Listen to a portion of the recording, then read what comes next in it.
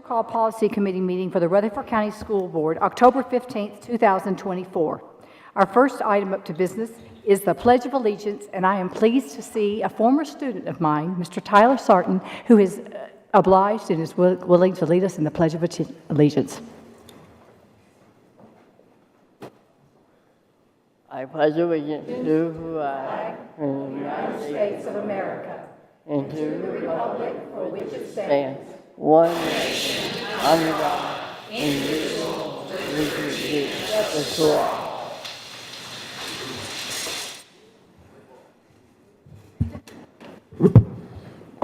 Next up, we have the approval of the agenda. I'll give you just a minute to look it over. Any comments or questions?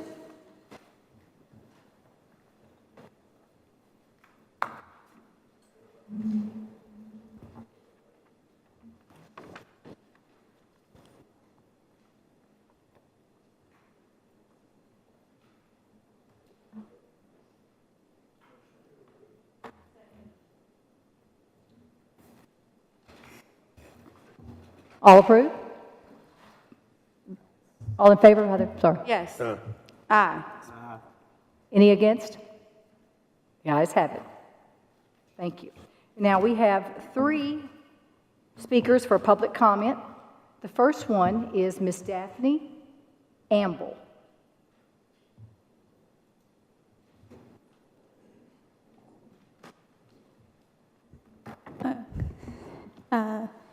I am here today to speak about the library materials policy. Libraries are sanctuaries of intellectual freedom. Within these libraries are professionally trained librarians. Librarians spend years learning how to best serve their community, including determining if a book belongs in the school library. To the best of my knowledge, none of the members of this board or the school board have a library science degree. You have not gone through the same training nor had the same education as our district librarians. They should decide whether or not to remove a book, not the board. At the very least, librarians should have some say in deciding whether or not a book is removed. The decision should not be left solely to the school board. Librarians are not trying to do the school board's job, so why should the school board do the librarian's job by evaluating the appropriateness of books? I also caution the school board members against removing a book solely for mentioning sex. There are many historical topics, including slavery in American Indian residential schools, which cannot be accurately discussed at the high school level without discussing rape and sexual abuse. Removing any book that discusses sex will deny students like me an accurate historical viewpoint and could also lead to removal of books about biology and health. The Supreme Court has already established a standard for obscenity, the Miller test. If a book does not meet this standard, then it should not be removed by the school board. Thank you for your time. Thank you. Next, we have Thomas Buds.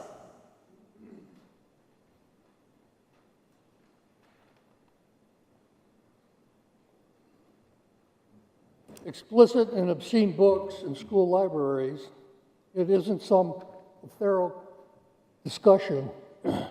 We're dealing with a state criminal statute. It's a very clear explanation of what explicit and obscene. This is not civil law, it's criminal law. It applies to minors.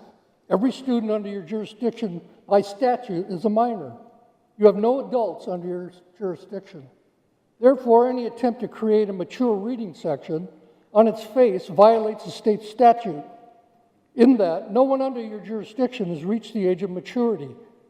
Creation of such a section is prima facie recognition that mature books are in fact explicit or obscene, or there wouldn't be required segregation.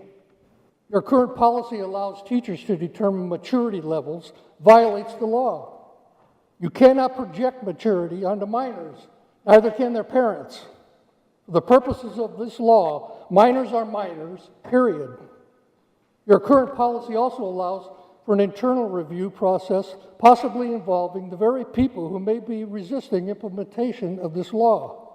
Even police behavior outside review is required, and so should you. This board cannot override a state criminal statute with a policy.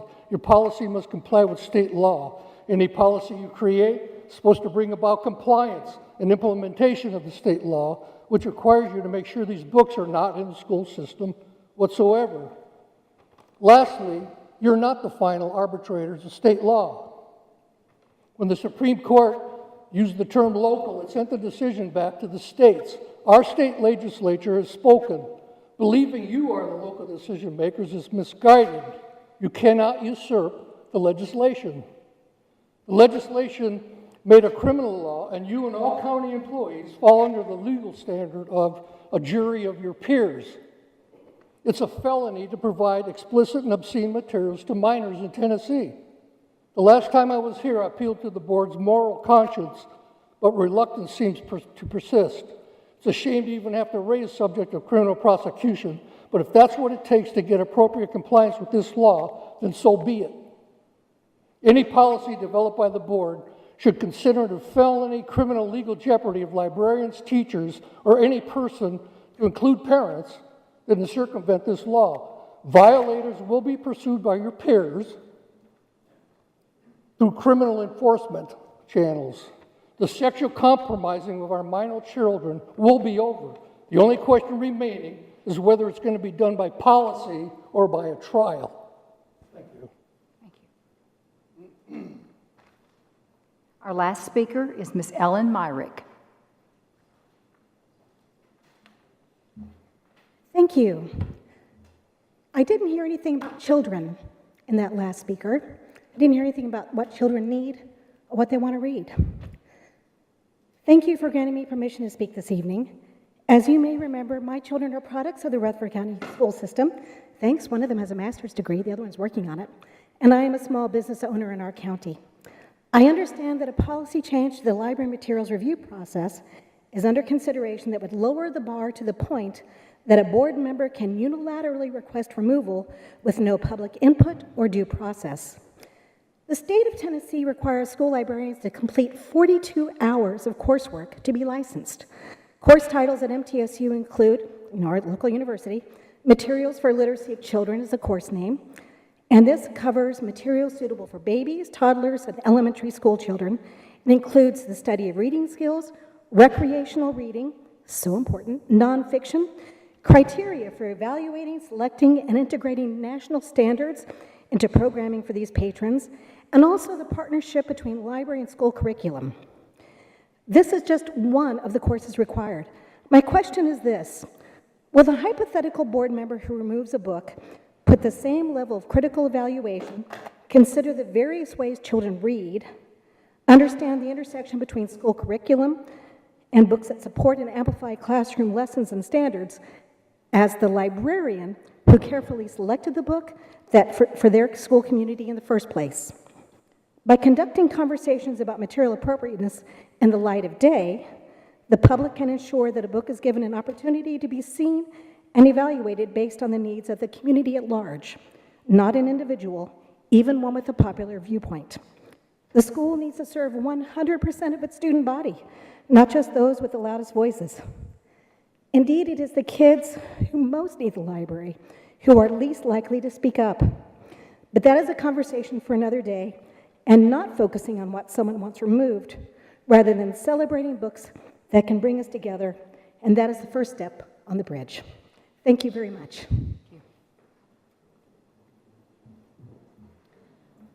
Okay, before we start and go over the policy changes, we have several new members this time around. We have a few new board members, and then we have a few new teachers with us. So before we get started, I just want to go over the purpose of the policy committee, kind of how the policies come to us, and then the role of the policy committee. So just so you all know. Thank you, because I'm looking at both of them and they're like, what in the world have I stepped into?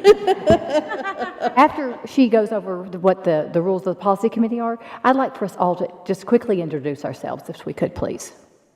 Yeah, so policy changes or new policies can really come from anywhere in our community. They can come from board members, they can come from students, they can come from parents, they can come from principals, school staff, central office staff, really anywhere. And they go through this committee, and you all are basically the gatekeepers. You have to discuss the proposed change, obviously make sure it abides by all the various laws that we have to abide by, and by our other board policies. So that is the role of this committee, is to be the gatekeepers discuss all this, and then make sure that we are in compliance and our policies make sense and follow the law. So that's how we get here. Okay, thank you. I would like to start at this end, if we could, and just kind of go around the table. My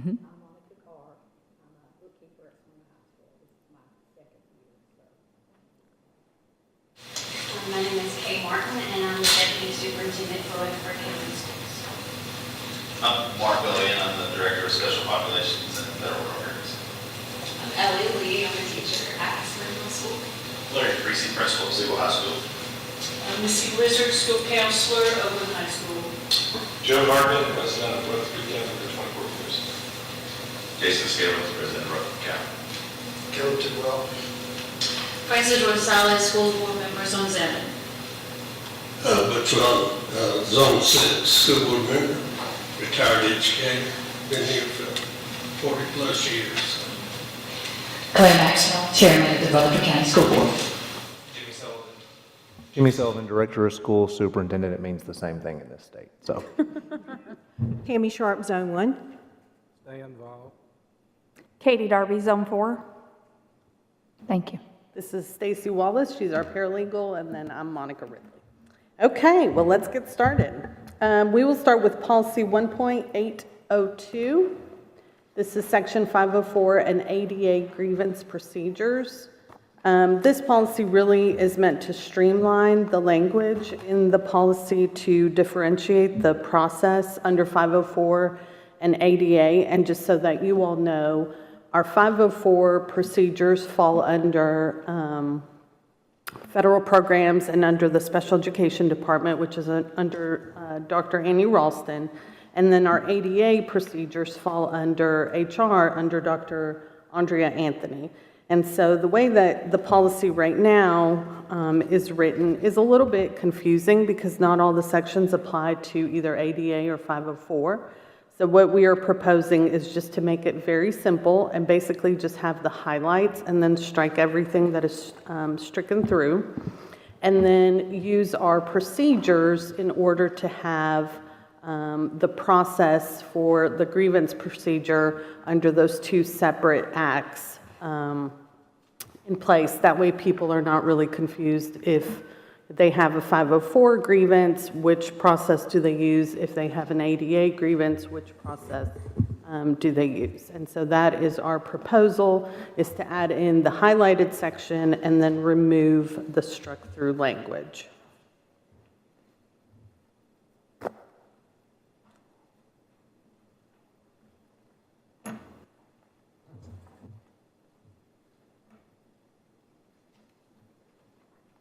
Any comments or questions?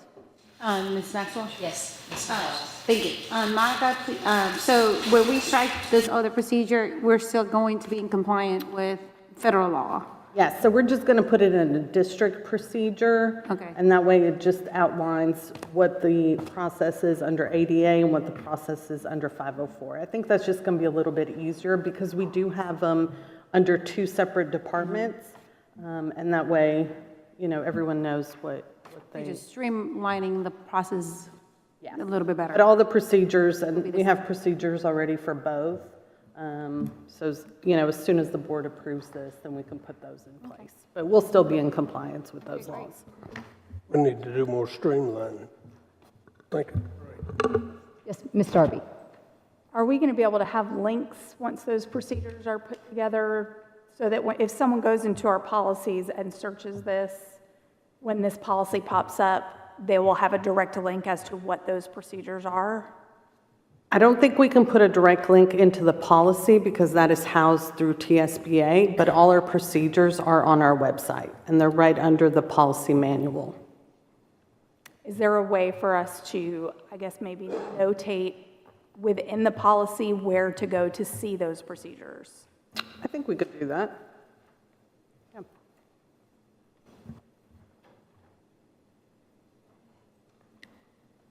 We can cross-reference at the bottom. That would be great, thank you.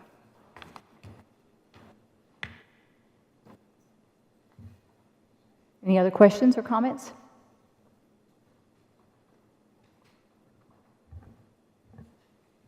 I'll entertain a motion. Move to approve. Second. All in favor say aye. Aye. Any opposed? Passes. Thank you.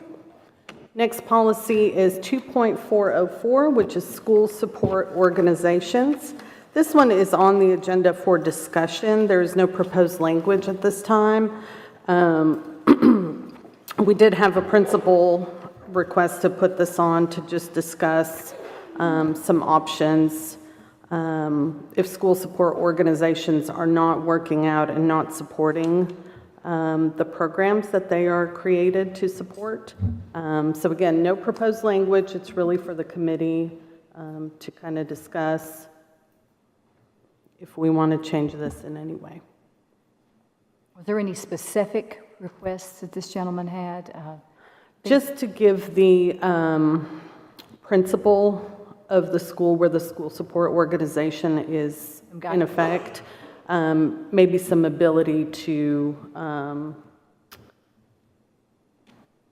dissolve if there's issues or have some kind of authority, I guess I should say, over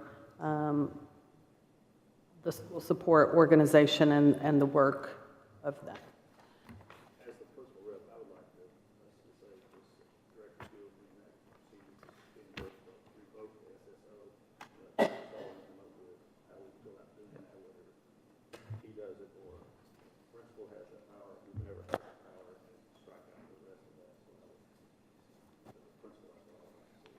Okay. What are you talking about? Mr. Creasy?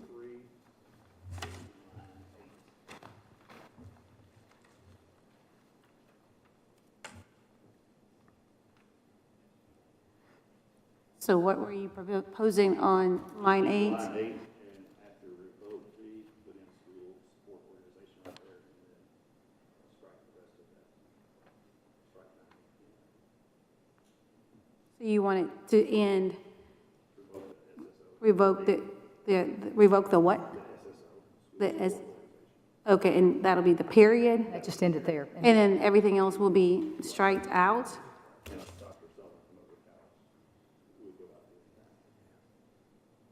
I'll make a motion, we accept that. We were just going to discuss, but we're going to go ahead and vote. Either one's fine. Okay. You can make a motion and a Okay. second. and further Do I have a discussion. second? Go ahead. Yes, Mr. Vaught. Explain to me or touch on what is the issue? Where are the potential pitfalls or problems? Some of the issues that we've had is school support organizations exist for financial support of sport, band, whatever it may be that they're created to support. I think some of the trouble that we've had in the past that I've known about is maybe they are not, the coach may have a request to purchase something on behalf of the team or the group, and then the school support organization doesn't agree, and then they don't fund that. So there's some differences between what the coach wants, what the team needs, and what the school support organization is willing to fund. You also have it, you also have it in a similar setting of we will fund this if you allow playing time for certain individuals. Oh, blackmail. And I'm going to call it like I see it. That's the reason I was going to ask Mr. Creasy here. From your standpoint as the chief in charge there at your school, where are the pitfalls for you? Right. As he said, we've had situations. Since I've been there, I think we closed 3 maybe, and it's because parents were not able to fund the program as the coach sees fit, as the coach's program. Parents is there to support the coach financially or the program there financially. So there's been issues like that before. Okay. Go ahead. No, I was just saying that's sad. Well, that's what I'm sitting here kind of in disbelief a little bit, but I think I'm reading between the lines. You can see the situation unfolding. That's not. So you need, or you and your organization person need that ability to call balls and strike, so to speak. And that's what we're doing here, I think, right? We're putting it back in there, a little bit in their control, so like Part of that comes to, you can have an SSO who then becomes, we haven't had this yet, but can very much come combative with the school. And so right now, outside of me making a procedure, you could have the SSO operating with the school's logo, the school's colors, the school's name, going out, and we could approve a fundraiser, but they have all ability for what they use that funding for. And so they very well could go out and fund things that aren't needed without any say-so whatsoever. For the most part, they support us, but. Right, but you Yeah, can this see. is my 11th year, I've had 2 or 3 that we've had to deal with over 11 years, so. Okay, thank you. Yes, Ms. Darby. Trying to figure it out. Thank you.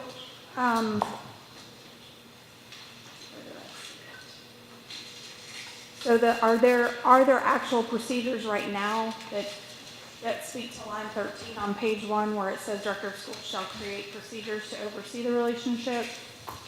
Not that I'm aware of. There is one. It is very old. It has not been updated in a long time. So we are working on updating all procedures, have been working on it for a little bit, but there is a procedure. It's fair. It goes back to pretty publicized situation about a decade and a half ago at one of our local high schools. And I don't want to call that school out, but there were lots of issues with the SSO. So would it be beneficial to add to procedures or put in here something along the lines of how we have like a 5-year plan for that SSO and the principal and the coach to sit down and start identifying those needs so that those organizations know ahead of time before they start raising money what those needs are to maybe lessen those types of disagreements? And they happen very rarely. Very rarely. But yeah, I don't have an issue with that whatsoever. Well, to me, it would make sense to sit down, everybody to sit down and say, okay, we're getting ready to need I have no idea, my kids don't play school sports, but whatever. Football pads are coming up and that's going to be $5,000 or whatever the things are to just kind of so people can foresee what's coming and what's needed. And part of the issue you run into is usually your SSO officers change every year. Exactly. And so your senior class moves on, and now you have the next class who may have a different set of priorities. Or your coaches change. Very true. Yes. Can I add to that? Ms. Darby's saying, what you're saying is if you buy into the program, Your kids in that program, and you have this 5-year plan, you know what you're buying into. Yes. So when you come in, even though you may be a freshman, you know what the intent was for the coach and the president prior to, and what the seniors or graduating participants had been working towards. It creates a culture. And it's really not as much about what they need, it becomes a factor that because they don't like the coach, they've got mad at the coach. Right. That's what the issue really comes down to. So it becomes a blackmail issue, and that's what I think what Katie's saying here. It would create continuity and a culture. I would hope so, because at the end of the day, for some of our schools, even if there's a disagreement or somebody doesn't like a coach for a year, whatever it is, my concern would be that dissolving some of those organizations is robbing the kids ultimately of money for their program. So I would love to see more of a collab, but that's why I said maybe if it's a 3 or 5-year plan, everybody kind of has an idea of what they're looking towards. And then it doesn't matter if you like the coach or not. We already talked about we need XYZ. This is what we're raising money for. I don't know, just a thought. The SSOs, they know why, they know their purpose. And if they violate those purposes, I'm like Larry, they need to needs to be revoked or disbanded because they know from the get-go what their purpose is, what their functions are. That's, everyone I've ever known that knows that. And every SSO, they know what their purposes are. Ms. Maxwell? No, you're fine. I was just going to say, a 5-year plan sounds good in theory, but just like our 5-year plan. It's fluid. It changes all the time. So it's never anything concrete. I think that if you were to leave it at the discretion with the principal in meeting with whoever is at the start of the school year and figuring out what are those needs are, and that's what they commit for that year, because the next year will be different. So I think it'll be hard to have a 5-year plan that you can continue following, because the needs change all the time, just like a 5-year plan changes all the time based on our needs and what's going on. So I think it just needs to be more in line of what the principal is believes is the need of for that particular year to focus on. And then the next year it's going to be something different, but it's just really come in alignment for that year of what they're going to concentrate and focus on. And most of the time, like you said, there's no issue. Fundraising forms, they have to put on there what they're going to purchase that money for. And it really needs to be spent on that class. Yeah. So, like I said, most of the time it's not that big issue. Personalities kind of conflicts in this place. I think we really need to put some teeth in to be able to eliminate that issue.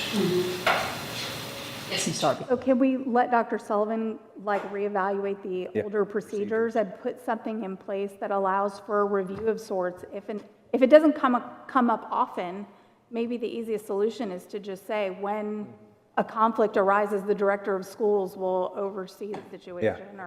We can enact a procedure to take care of this. Yes. We had a motion. Do we want to go with the same motion we had? We had a second, too. Or if you want me to just draft procedures, then we can withdraw the motion. Yeah, draft the procedure. Okay. Second. Thank you.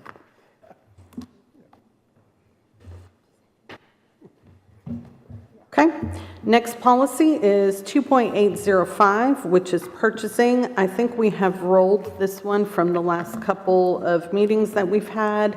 You will see a separate sheet that I handed out that was not in the paper-clipped packet, and there are some options for some language in that one. Where are we at? I have school support organization. It's this sheet right here. It was given separate. Rutherford County property. Do you need an extra one, Ms. Rosales? Okay. Mr. Ridley, one, if you don't mind, real quick. The board got an email from TSBA last week about school support organizations and paying coaches. We have every supplement and stipend that goes from school support organization. That is the big consent agenda portion that you guys approve every meeting. So that did not apply to us. We're in compliance with what TSBA sent. School support first and not purchasing. Yeah, but I had this first and then Ms. Maxwell, Yes, Mr. Tidwell. could we have Mr. Reed kind of go over these options for us?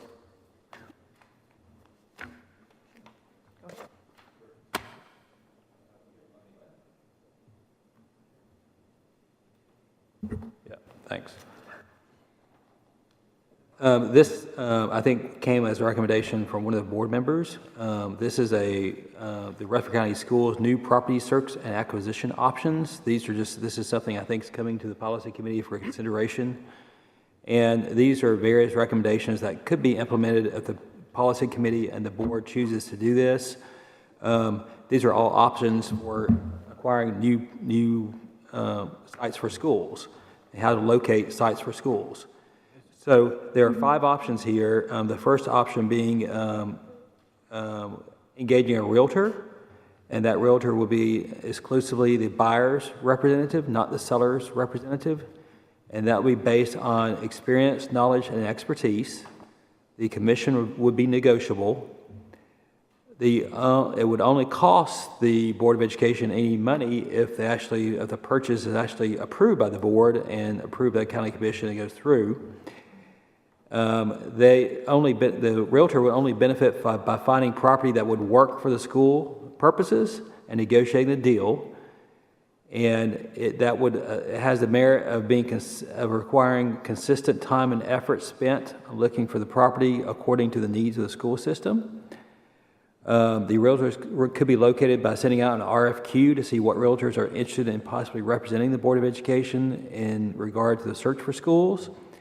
And then there would be a committee or position that would be used to narrow down the applications in response to the RFQ to maybe the only top 5 to 8 agents. And then out of the top 5 to 8 agents, then the top candidates will be selected through a random online selector or some other kind of random selection device. Obviously, everyone, if you're a board member and there are a lot of realtors around, and everyone has their friends, relatives, and neighbors, supporters, it could be a realtor, so the random process might be a way to eliminate some of the jockeying for position with respect to who the realtor would be. So that's one option, is the realtor option. A second option is to send out an RFP out for a realtor, and this would involve, and I should go back and say the commission would be, with the realtor, I think is usually paid by the seller. So if there's a parcel of property the board is interested in buying, typically the seller would pay that commission. It would not be a buyer expense. So it would not typically be a Board of Education expense unless the board chose it to be an expense to the Board of Education. So the second item is send out an RFP for a realtor, and this is an RFP for a specific location and school. This has the potential of bringing multiple locations and offers to the school system. That will be evaluated by someone on staff or the board. In that case, the seller pays the commission for the realtor. It only costs the Board of Education something if indeed the school system decides to purchase the property. It would allow the school system to benefit by maybe seeing other properties they don't normally get presented before the board. And you would have people with experience and knowledge and expertise providing those real estate proposals to the board. And you would have to identify a position responsible for reviewing the RFPs and presenting those to the board. That would have to be either an individual or a committee or some sort of mechanism that the board would establish to sort through the RFPs and determine which ones would then be brought forward to the board.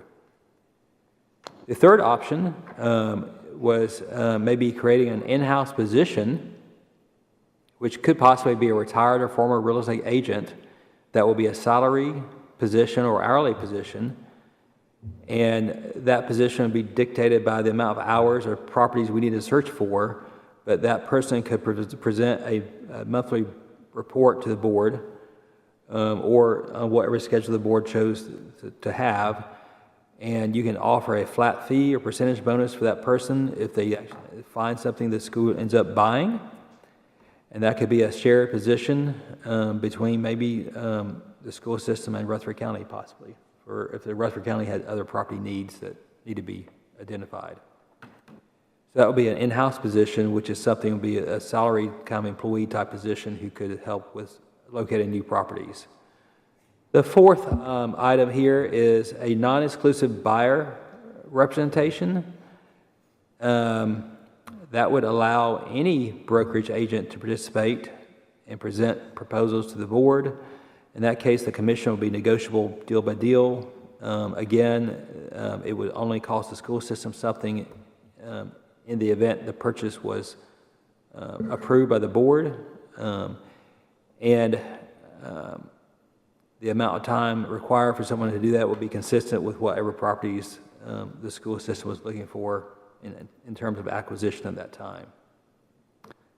The fifth option on the proposal sheet was a combination of 2 and 3 or 3 and 4 above. That would be involving an in-house position that maybe could be involved with handling the RFP and evaluating the RFP. Those would then be presented to the board for further action as the board chose to do so. And the in-house position could report to the board on a periodic basis as the board determines it's necessary. So with respect to these proposals, you basically have 4 different proposals here with using a realtor, sending out an RFP for a realtor, an in-house position, or a non-exclusive buyer representation. And the fifth category here is for a combination of 2 and 3 or 3 and 4 as the board and policy committee seems desirable. So these are presented for the consideration just for options the policy committee may want to consider if you want to consider these items and for further action by the board. Ms. Maxwell? Yes. Two things. One, there's already a policy called Site Selection Acquisition 2.9002. Also, the very, very last line at the bottom, it says delegation of authority for that policy. Line 7 says the director of schools is authorized to develop procedures to implement this policy.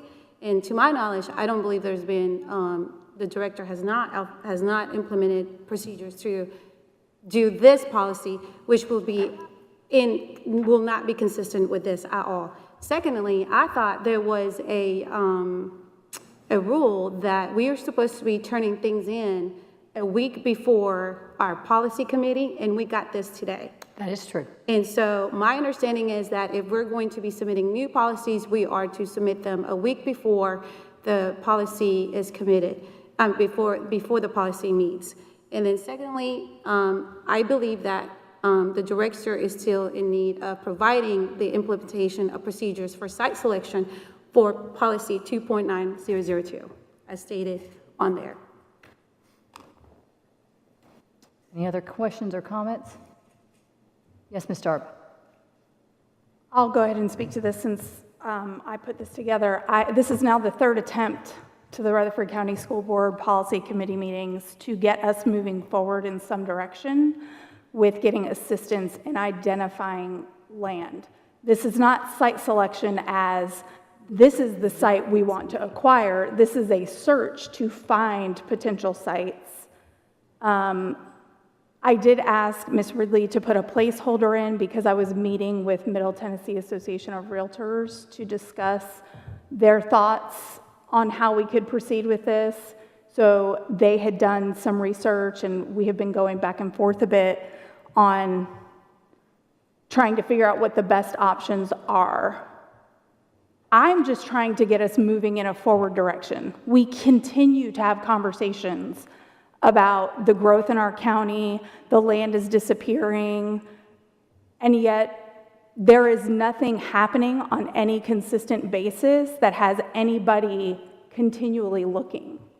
So as with anything, the board can choose to do what they wish as well as stop any of these things at any point in time. So if we went forward with one, we weren't happy with the way it was going, there's no reason to not be able to continue it. I really am just trying to get us moving forward because we're just kind of sitting stagnant, and I don't think in the current climate of our county and the growth that we're experiencing that that's a good place for us to be. Realtors are the ones that have the experience and the expertise looking for property, and there are, I think especially, and you might be able to speak to this much better than I would, but I've been told by realtors that large parcels of land a lot of times never even make it onto the market. Like they would never even make it somewhere where the common person might even see it because they get talked about because someone knows someone that owns an old farm or whatever it may be. And there are people who are well known in that industry that kind of find out about them and know someone who's looking, and things happen in that direction too. So I just think the longer we continue to keep putting this off, the worse of a position that it puts us in. It's just my opinion, but I've gone back now for the third time and put together multiple options, and I would really just like to see us move forward in some direction. Ms. Maxwell? Yes, Ms. We don't need a policy to tell us that a realtor can bring us a piece of land. A realtor that has a piece of land can come to us and bring it to us if it's available. We already have a policy that talks about how we're supposed to be moving forward. And we have, to my knowledge right now, a piece of property that we've been looking at, but it takes the time to get these deals through. Mr. Reed, aren't you still in conversation with the property over in Lee Road? We are. Exactly. So we're not kicking this down the road. We're not stagnated. We have something right now that is very active still. So I'm going to make a motion to table this policy so that we can look into more further what this implications, because at the end of the day, we have Mr. Reed, who can act as our real estate agent in any of these transactions when we don't have to pay them anything, a commission or nothing. So it just defeats the purpose of having a real estate agent when we have Mr. Reed, who acts on our behalf in that capacity, in that regard. Madam Chair. Yes, Mr. Tim, I'm sorry. Did he? Yeah. I made a motion to table this until the next policy committee.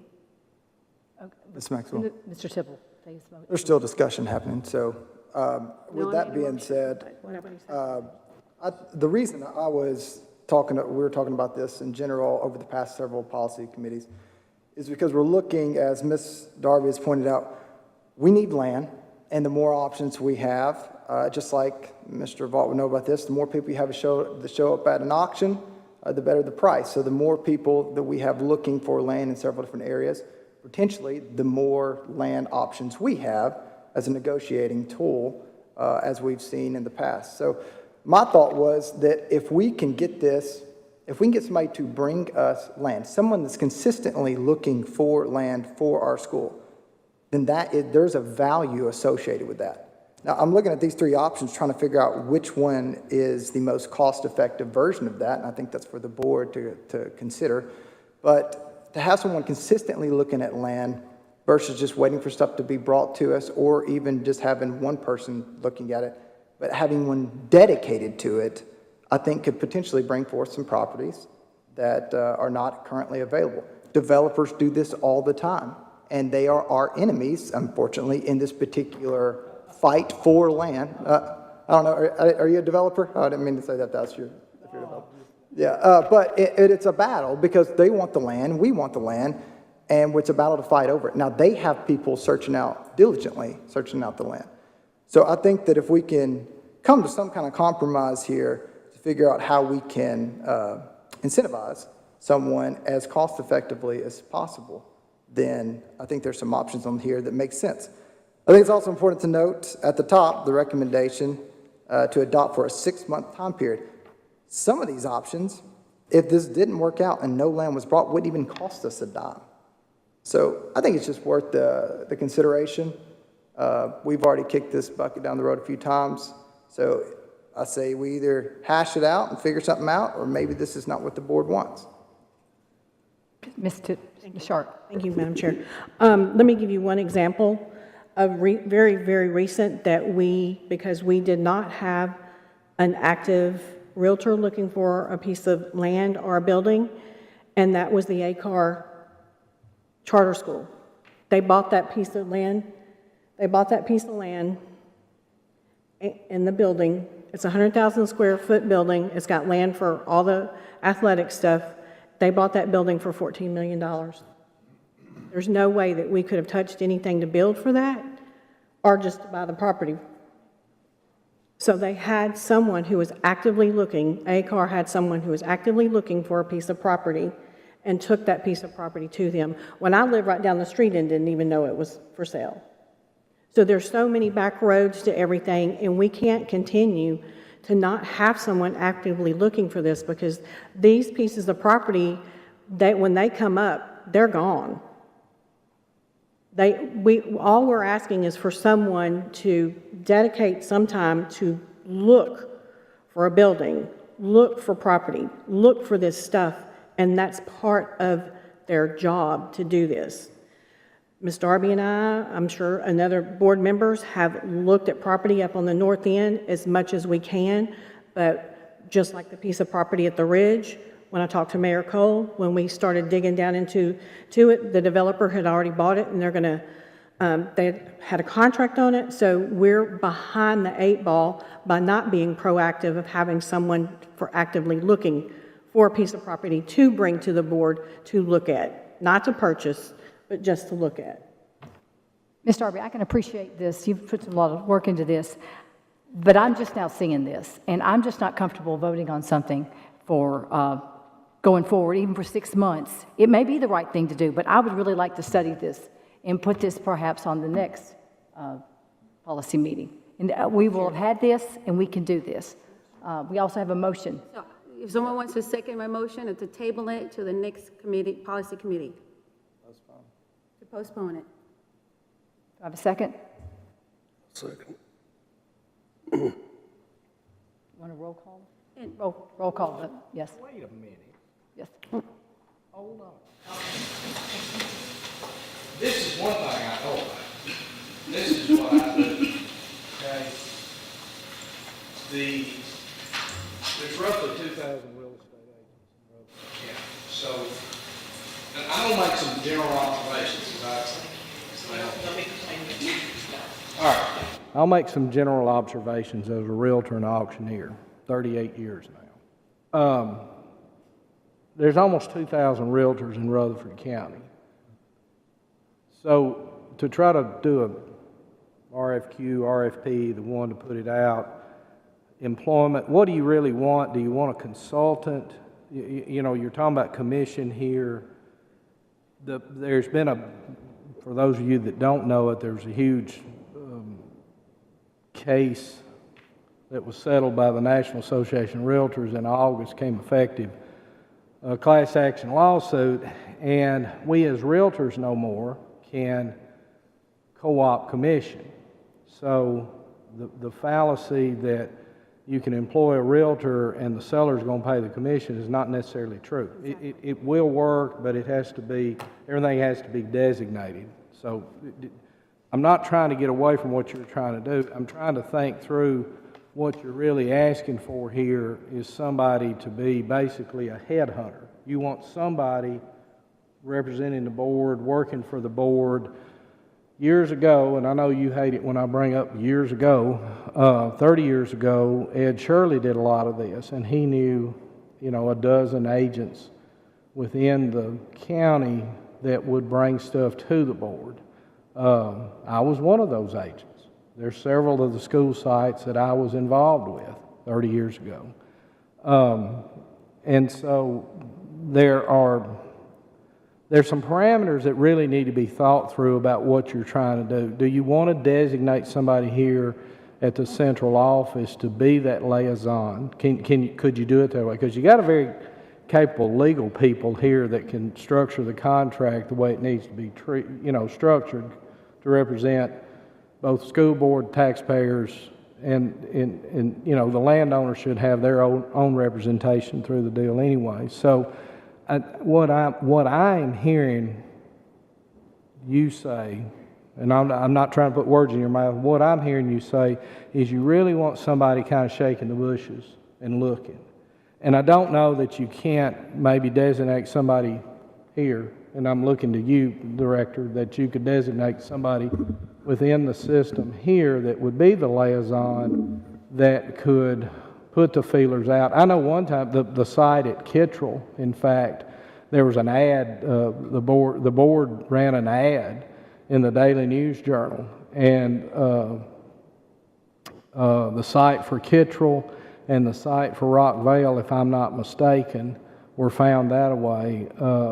Stewartsboro had a sign on it for many years for sale, and Laws Bolden brought it to the board, and what was the other one? Las Cass's was handled internally. Mr. Gaither handled it with the Brown family. So I think and I'm not trying to put words in your mouth, I think there's a way to structure this to kind of push forward a little bit, but hiring an agent, I don't know is the right thing to do right now. But I would be willing to contribute my expertise, my time, if you would be willing to maybe let's hold off. When is the next policy meeting anyway? We'll probably have one in December. Okay.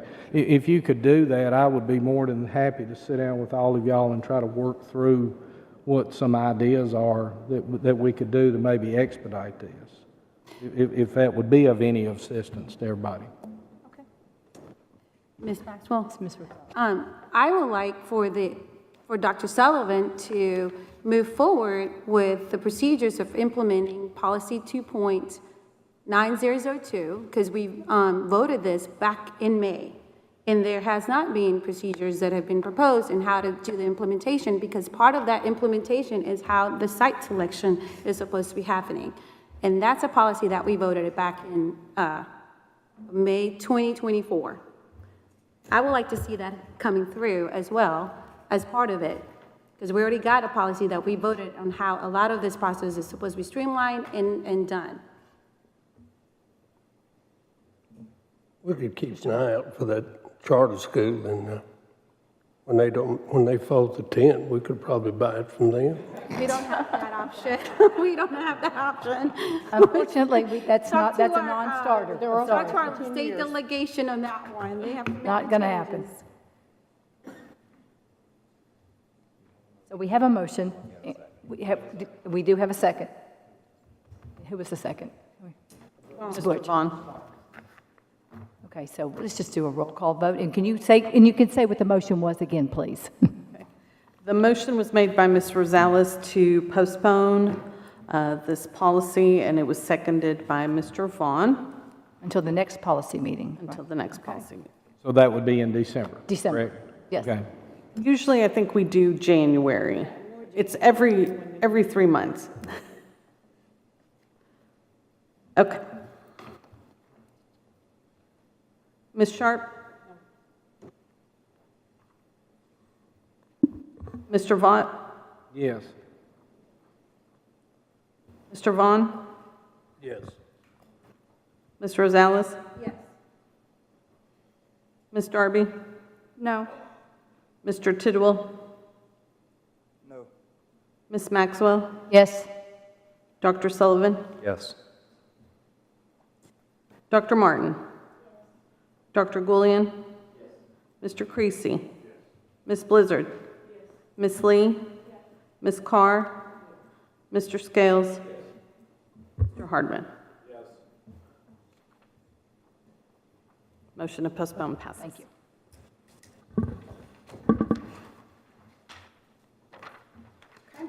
Next policy is 3.206.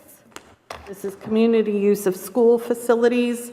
This one is also for discussion. I know there's been a few things mentioned about the way that our facilities are used, and so we placed this one on here to make sure that there were no changes needed and just discuss it in general. There's no proposed language. Yes, Mr. Sullivan. I think we're good now that we've changed it to 1 week, so they only have to have it into us 1 week before, and it used to be 2 weeks. So this is, along with board members, this is the only other item that can be submitted just 1 week before the board meeting. So I don't think there's any changes needed. Any other comments or discussions? I'll entertain a motion. Move to approve. Second. All in favor, say aye. Aye. Any opposed? Passes. Okay. Next policy is 3.400, which is student transportation management. This one is also for discussion. Somebody asked me to put this on the agenda. I can't remember who it was, but I believe they wanted to discuss some requirements for bus drivers. Does that sound familiar to anyone? Requirements for bus drivers? Yes. So whatever it's in for a bus driver, that has to be in a contract, correct? So there's nothing we can implement in policy if it's not in a contract, correct? Am I correct to interpret that, an assumption? If it's not in the contract, we're not able to make changes to policy. Maybe on the responsibilities of bus owners? No, let's see, here's my note to myself. It was about a cognitive test for bus drivers over a certain age. Oh. Who put that on there? But I don't remember who asked me to put this on here. A cognitive test? Cognitive test. Well, we cannot make any changes again until we do the contract. So we cannot move forward with that policy, in my opinion, but I'm not a legal person, so. Maxwell? Yes. I think you can vote to keep it as is. Yep. Yeah, absolutely. I'll make that motion to keep it as is. I never get to make a Second. motion. Got a second over there, Mr. Tidwell? All in favor say aye. Aye. Any opposed? Motion passes. Okay. Next motion is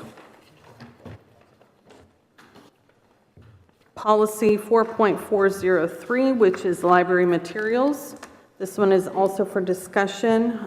We don't have any proposed language, but several people asked me to put this back on the agenda. Ms. Maxwell, Yes, Mr. Tidwell. I'm guessing the reason this one is up here is because of some of the discussion that was had on the September 19th meeting. And there seems to be, at one point, there was two pathways, which we talked about the difference between age appropriateness and obscenity. Now, due to the law change back in July that's now moving forward, it looks like there's actually three pathways. So as I understand it, lawyers being present can help me get it straightened out here.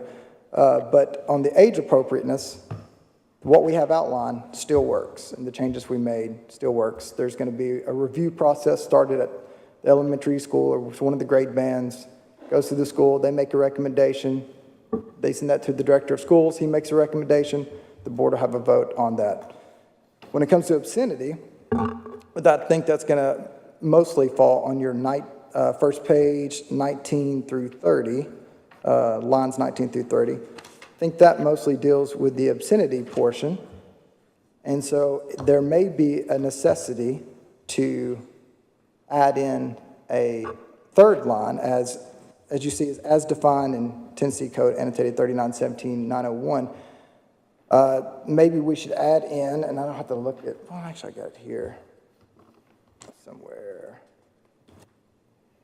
Let's see that policy. The one that we was reading about during the board meeting that talked about this particular issue, but it deals with sexual depictions and what that actually means. It gives a description of that. I'm trying to look and see if I have it in here. Oh, excuse me for being unprepared.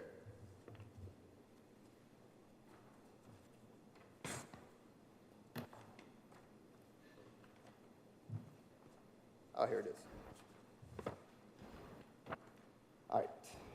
Tennessee Code annotated 49-6-3803, collective review policy, adoption, evaluation, and removal. I think in order to match, and this is state law, in order to match what we have going on here, now there is a third pathway, and that involves with, and I don't know if you can pull that up here. Can you throw up here so everybody can see what we're talking about? Tennessee Code annotated 49-6-3803. Let's make sure everybody's on the same page.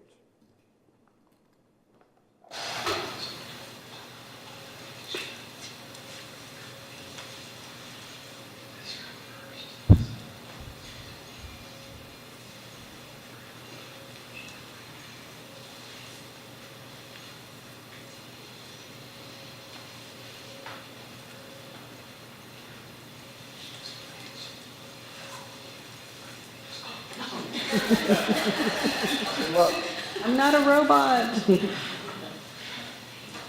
Pass. We're down 6:30. All right. If you look at, let's see, number 1, right there, for the purposes of this section, the material that, mine's structured a little bit differently, but it says, in whole or in part contains nudity or descriptions or depictions of sexual excitement. It carries on. It references this definition back on the first page, line 19 through 30. I'm wondering if we need to add in a reference to this particular policy and the line, which is in whole or in part contains nudity, that particular line there, so that that's part of our policy as well, since it is part of state law. So now you're looking at three pathways. You got a pathway for obscenity, which would go through a couple different levels. It would be defined through nearly the same terms in 3917-901, which is already listed in this policy. We already have a path for what obscenity looks like in this policy. and that final decision is made at the board, then you also have age appropriateness already in this policy, with that final decision being made at the board. Now you have this new section. This section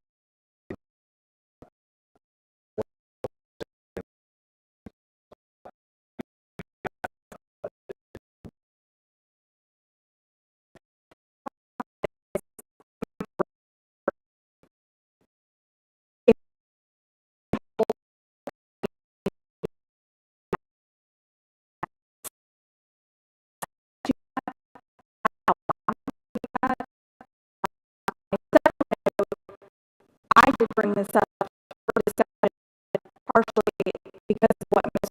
Wallace brought up. Not only did things get just confusion things going on, but it was really discussed. I think for any parent, anything that's is clear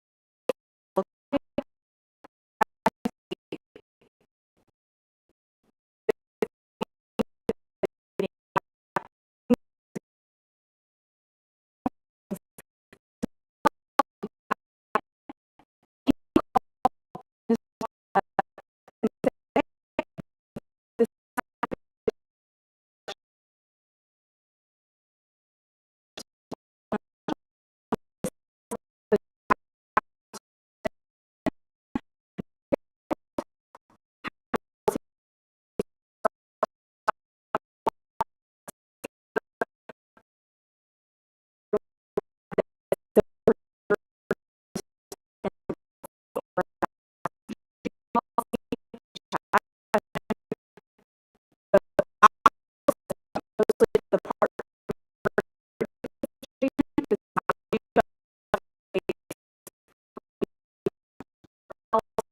is not probably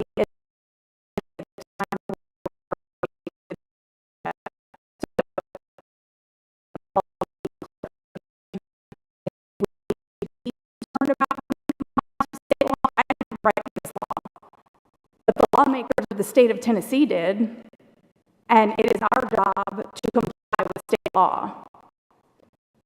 We cannot like the law. It doesn't matter. That's not our job to determine. Our job is to uphold state law. State law says books that meet this criteria, these definitions, have no place in the school system. Like it or not, then that's what we have to do. I would like to talk with Ben Torres. I would like for him to give us guidance on this. In deference to Jeff Reed, I think you are an excellent attorney, but he works with these people, and he can get inside their brains and what they're trying to say, and he also knows what's going on in all these other counties that they're confronted with this same issue. My fear is that too many books are getting caught up in this. Too many good books, too many classic books. If you just go by what we have here, we're encompassing too big a barrel of books. And it is very unclear. And I'm just not comfortable Ms. voting Maxwell, on this. it's unclear because the law is unclear. You've got 3 statutes that are competing against each other. You have one statute that says you can remove it, and then you've got another statute. Well, I don't think so. You've got to go through there. So the confusion is not our policy. The confusion is within the state law themselves. And a lot of us are saying we're here to protect our children, but I haven't seen you guys down at down at the Capitol trying to raise awareness how confusing these laws are because it's causing the problems. And I've been there and I've been talking to them and telling them exactly what's happening is the laws. The laws that they've created is what's causing the confusion because in one hand they're saying you can do this, but on the other hand they've got this other law that is very conflicting and saying you cannot. And then we've got all these emails saying that from ACLU saying that we can't remove them or whatever. But at the end of the day, the problem boils down to the statutes themselves. The statutes are the problems right now. And whether you like it or not is because the statutes are unclear of what exactly you can or cannot do. That's where the problem is. And I've talked to my state reps and I told them that these statutes are causing a bigger problem because they're not defining exactly what we can. How can you have one law to say you can do this, but then yet a parent can do age appropriate and still come and saying that you can still keep it? Doesn't make any sense to me at all. Mr. Tidwell. Mr. Vaught was ahead of me. I'm sorry about that. Mr. Vaught, I did not see you. Sorry. The question I was going to ask, generally, years ago, Jim, is it off? I'm sorry. Generally, years ago, when we would have a question for Jim Coe, and we had confusion on state law or something like that, there was always the option to ask for Attorney General's opinion. Have we ever asked for an Attorney General's opinion on any one of these 3 statutes? That's what we need to do. It appears to me then, because everybody's got, obviously this is a very emotional issue, but again, I'm going to make my statement before.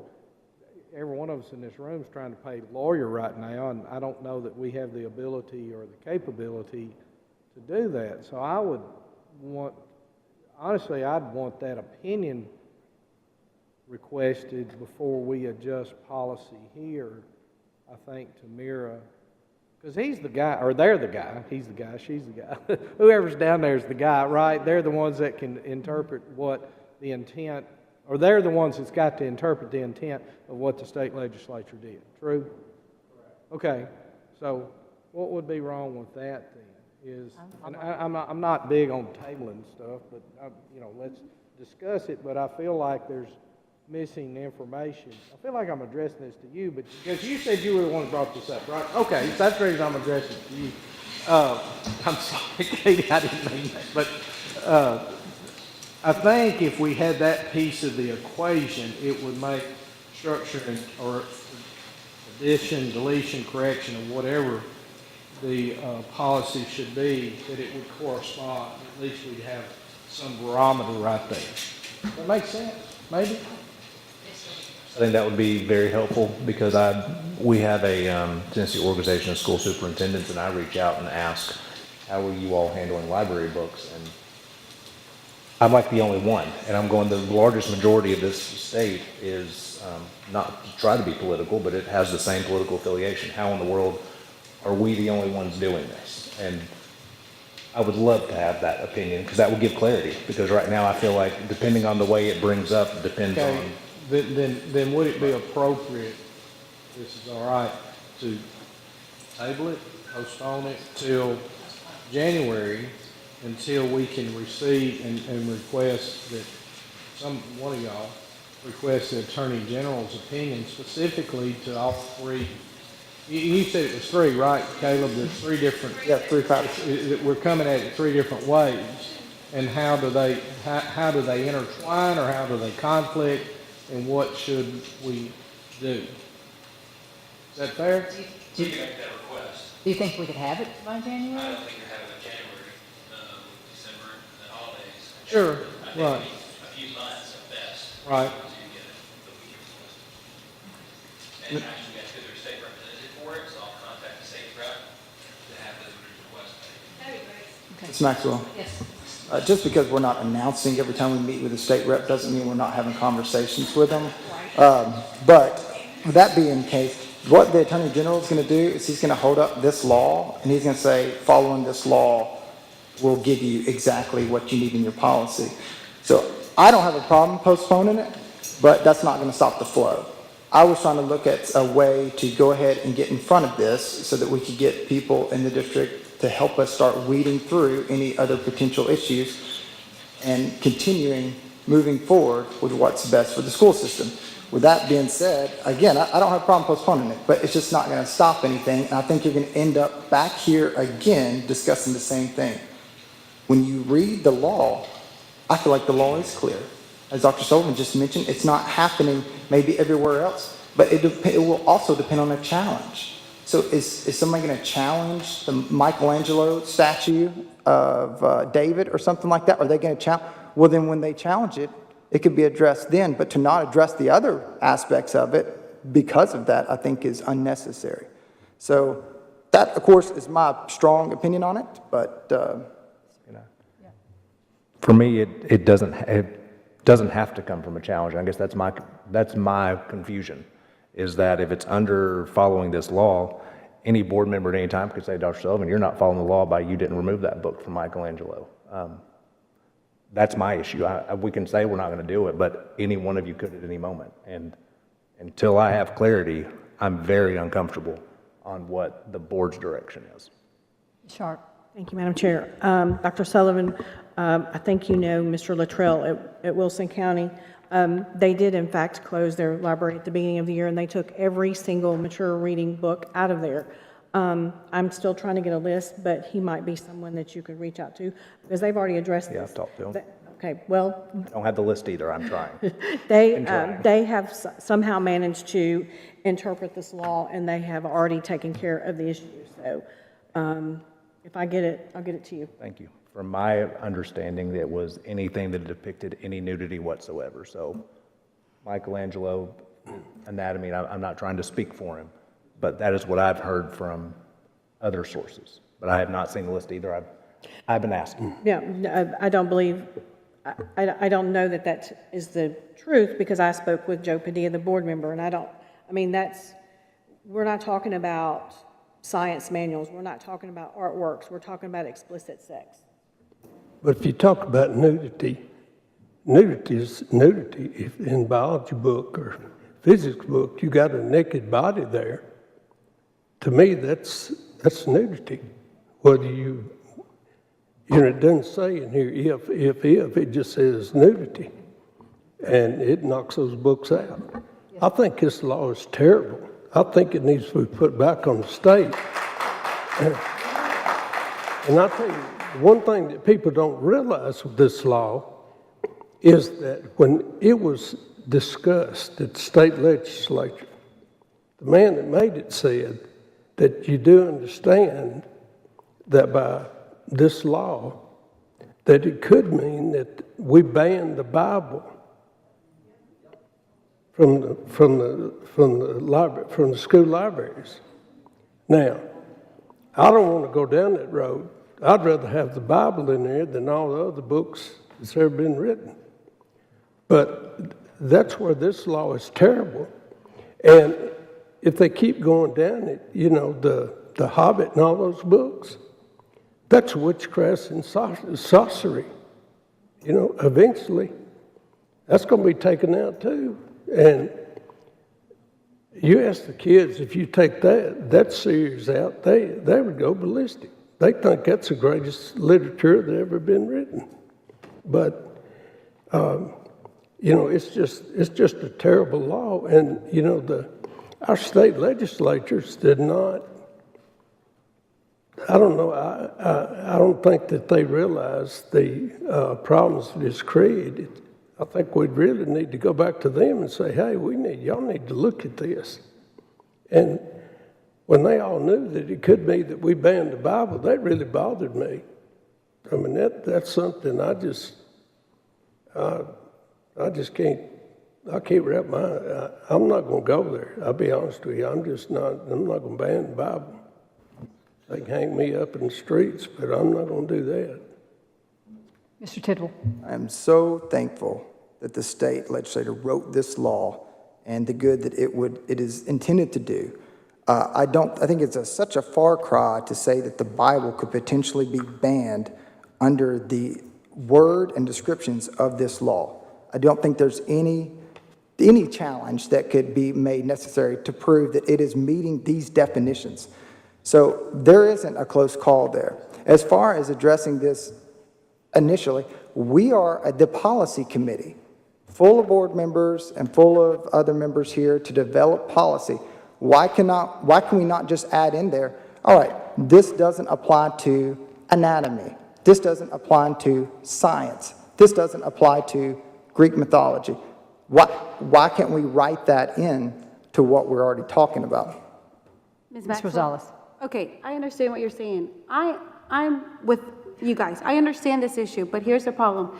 You put that Greek mythology book in the library, and now it becomes part of that statute that it has to be removed. That's the problem. If it's in the library, it's subject for removal. Yes, it's not. That is your no, opinion. it's not my opinion. It is your opinion. No, it's not my opinion. Are you a legal expert as well? No, but No, I've already exactly. asked TSBA. So, and I've asked TSBA, and they told me the exact same thing. That's not true. Yes, that's exactly what they say. If you put the book in the library, and it's Greek mythology, and it's got Rome, like the statue of David, and it has all the frontal view, it is subject to removal because it's in the library. Now, here's the thing. Just because we remove it in the library, the statutes doesn't mean it's removed out of the system completely. Because if it's approved by a Tennessee state standard, like the book, one of the books that we just voted to remove, a teacher can assign that as curriculum because it's state-approved textbook by our standards, is approved by standards, by the State Department of Education. That's the problem with this law. The law is only particularly looking at the library books. It's not looking at everything within the system. That's why it makes it very complicated. And second of all, why it makes it even more complicated. If you're saying you can remove it altogether, why have 2 other ways or 3 ways to remove something? If it's only one way that can be removed, why do you have to go through 3 different pathways? It makes it more complicated. It's diluting at this point the strength of the law because you're having 3 different statutes are competing against each other. That's the problem. This problem to be resolved, I agree, we need to get an opinion with our state general secretary and to go back to our state legislator to clean this up for us. Mr. Tidwell. It don't need to, I mean, it could be maybe revised a little bit, but they're not competing with each other because they are completely different paths. You have obscenity, which is described in here. You have age appropriateness, which may be very violent. It could be like a very violently written book that deals with some hard subjects, but it's still appropriate for a certain grade band. That's completely separate than even a description of, let's say, of mice and men that has a rape scene in it, but it's done in such a delicate way that it's completely different than the sexually explicit material that's been removed from this county. And when it's removed from the county, it's out of the county. So I think that we still have the potential to move forward with this. Stan's waiting. Ms. Maxwell, I want to make one point really fast. Dr. Sullivan. Are you recognized? I asked Ms. Maxwell. Point of order. Could you wait just 1 second? Point of order. One second, Mr. Rosales. Yes, who is, Ms. Darby? Mr. Vaught? Mr. Vaught, yeah.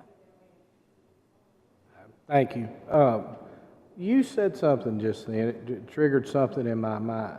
So part of this deals with library books. It's all about library. So if there's an art appreciation class, I'm looking at you, Dr. Sullivan. I'm going to think with me through this. And there's a picture of the statue of David in there, in full glory. It's okay over there, but that same book cannot be in the library. Yes, exactly. So, again, let's go back to Beloved, which was one of the ones we removed, right? Right. If a senior English teacher at Siegel makes that required reading, does he or she have the ability to do that? Because she doesn't, because it's been removed from the library, or if it's outside it's part of her curriculum, he or she's curriculum. I shouldn't be sexist right here. It could be used if it was part of a textbook adoption, and Beloved is part of it. One of the grade 11, I don't remember the one off the top of my head, is included as an allowed source in one so it grade can be level. used over here, but it can't be used over here. So this is a typical. Now, we are not using it because right, but this is a typical. But it is allowed, of a yes. government situation. Correct. The right hand don't know what the devil the left hand's doing. I'm going to clean it up from what I would say. At Beloved the was barn part right now. of, Beloved was part of the last ELA textbook adoption for one of the high school English courses as an allowed text. So then to carry this thought one step further, well, again, I'm going to ask my fellow committee members here, what would be wrong with getting at least the Attorney General's opinion on all three of these right here, where this is in conflict, where we can come back and fine tune it.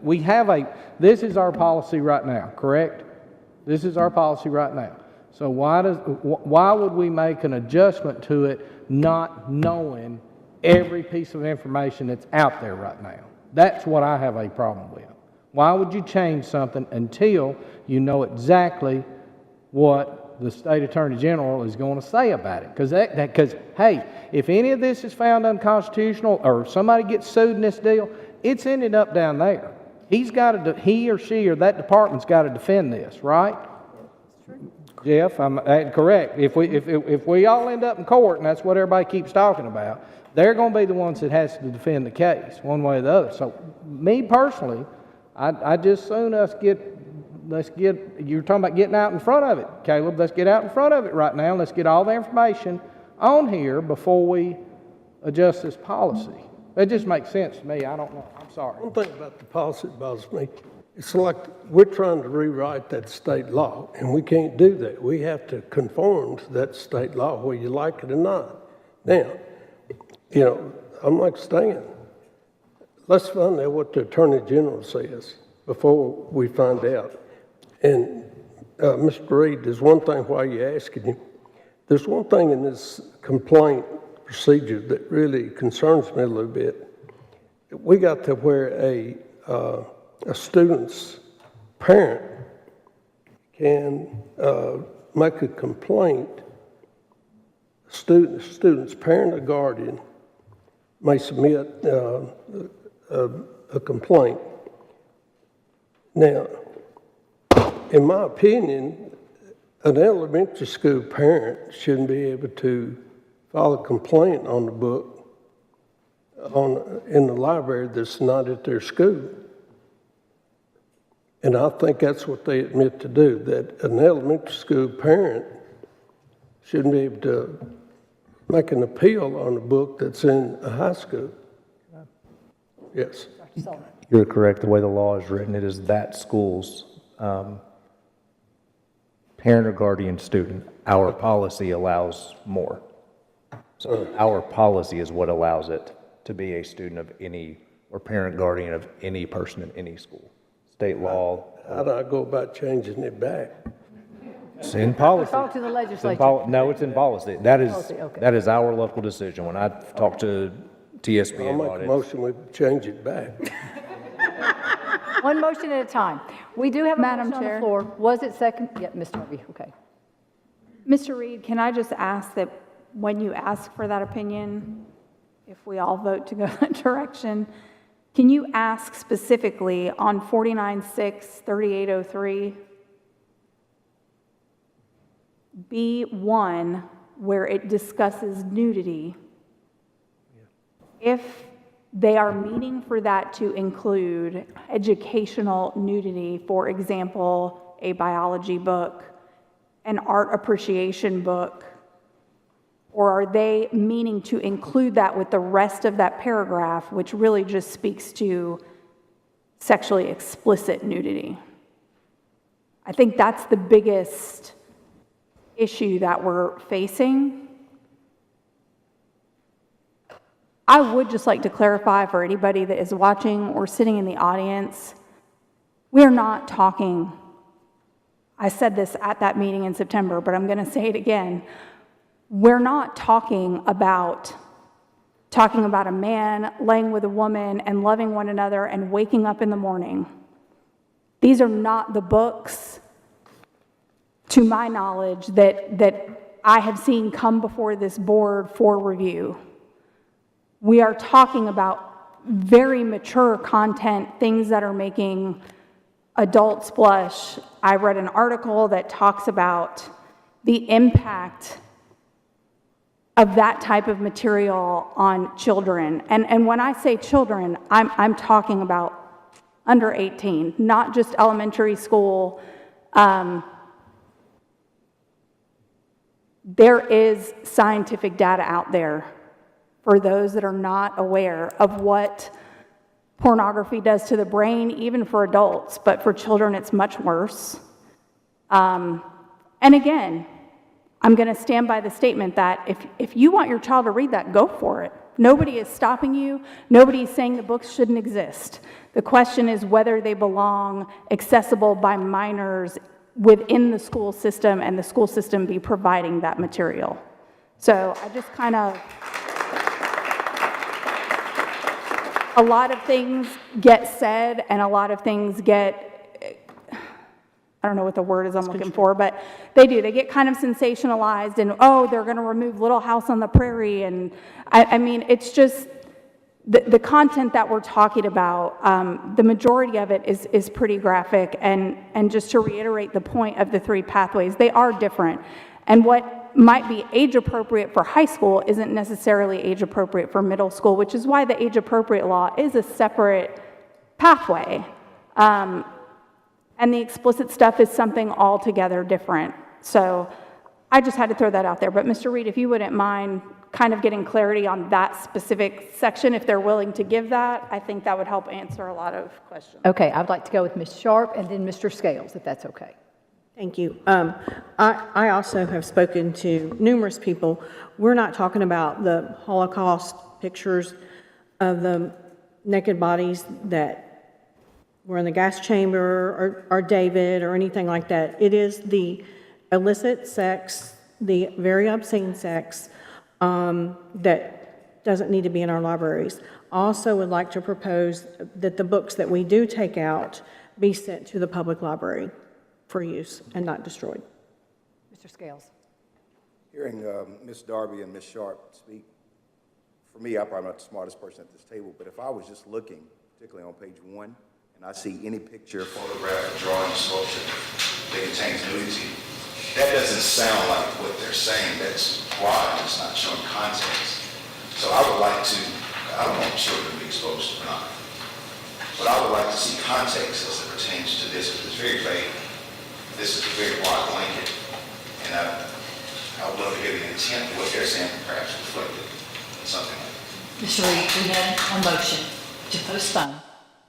Do we have a second? I wasn't sure. Do we need to ask for the Attorney General's opinion on that?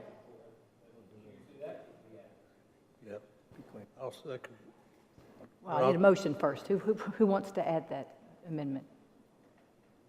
That was my proposal. I don't know if it needs to be, I would move to amend the motion then, to add that Mr. Reed request an Attorney General's opinion related to all 3 pathways. And what was it you wanted, the specific question? It is for clarification on TCA 49-63803 B1. And include those numbers in that. I would like to include all of them, not just one particular statute, because there's 3 statutes that all tie together. So if we're gonna get clarity. And that's what I was saying. Then we need to Yeah, the 3, know all but of them. specifically And she there's had asked several for of these that. statutes that need to be added.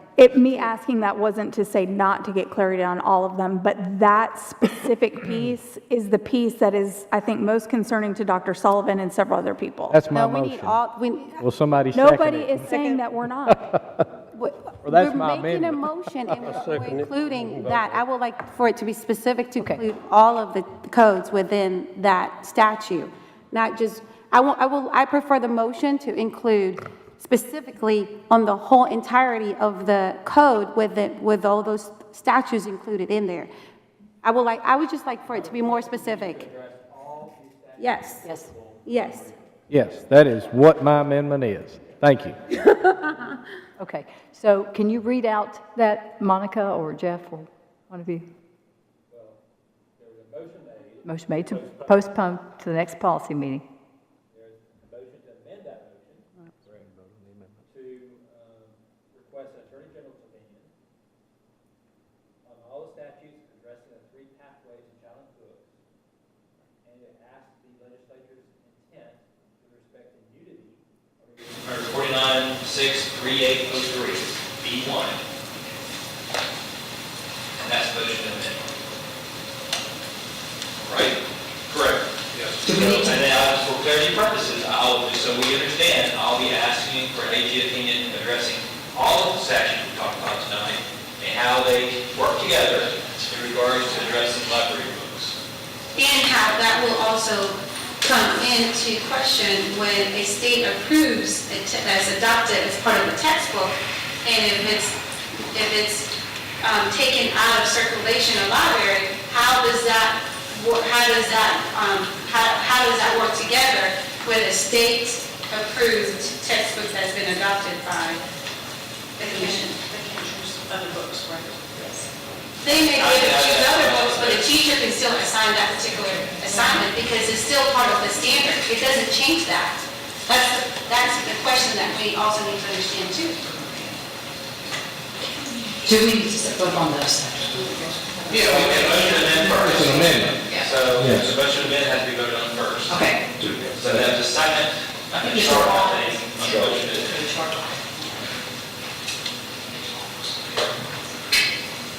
Did you vote to say? Ms. Sharp? Ms. Sharp, okay. So motion to amend. Yes. Motion to amend. All in favor, say aye. Aye. Any opposed? Okay. Now we're going to vote on the postponement. All in favor, say aye. Aye. Any opposed? I got one question. Can we go back to, What opposed, Ms. Sharp? Ms. Sharp opposed. can we go back to what we talked about, where we can change our policy to state that the child's parent or guardian, that child, they challenge the book in the library where the child attends? Can we address that once we get the Attorney General's? Because if it is in our policy, we can address that down the road. I'll make a motion, we do that right now. Ms. Well, he can Maxwell. just add it to the long list of things that he's going to be asking as part of it. Mr. Vaughn has made a motion, so just. Yeah, made a motion. Do I have a second? A second. Ms. Maxwell, Yes, I certainly do not agree with this motion. I don't think that just because your child is not yet in the grade band that they may be moving toward, that you have to wait till you get in that grade band to make a challenge. That doesn't make sense to me. I think it should be way broader than that. Rutherford County taxpayers pay for this, and all of the funding that we get comes from Rutherford County taxpayers. And with that being said, I had originally, when I brought this library policy the first time, had said that any Rutherford County taxpayer could bring it up because they're the one funding us. It affects everybody. So I don't think this motion makes any sense, especially if a child is in elementary school and they're going to continue up through the grades, then their child is eventually going to be in a grade band higher. So I would appeal to the committee to vote this down. Ms. Max, I thought we were voting for him, for the general, to get the opinion of the general attorney. We're not voting to. That's not what his motion is. That's not what his motion is. My motion is to change this wording. I'm so confused. Yes, we did. Yes. We just voted that. Yes, and we did the amendment. So Okay. I thought the motion that you put was I second to talk to the AG. AG. Is that what we're doing? No. I think Mr. Oh, Vaughn, then I this is a rescind separate my motion. That is changing wording in this policy. So the motion was to amend the motion to postpone to add a requirement that I request the AG's opinion on the statute we talked about. Right. And that the motion to postpone was amended to add that element to it. And to postpone this policy to the next policy meeting. So given that this committee has acted to postpone this policy, I don't think any other motions related to this policy are appropriate tonight. Because we have just voted to postpone it. We could entertain this, Mr. Vaughn. So we down can the take road. this up to the Yeah. next policy. Yes. Okay. Thank you for clarifying. Okay, next policy is 4.605, graduation requirements. This is for discussion. There's no proposed language. Yep, I'll take it. So this one, you may not want to leave yet. This one's going to have some fun conversation too, because I want some clarity on this one.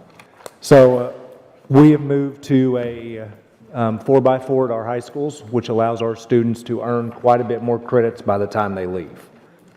By the time they leave, that allows students then, I'll wait till everybody leaves then. Yep, that way everybody can hear it.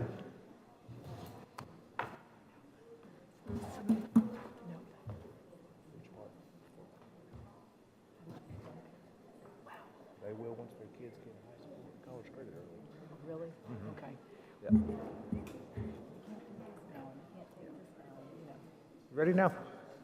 Give it a minute. Okay. I'm telling you. I'm putting the popcorn machine in the corner.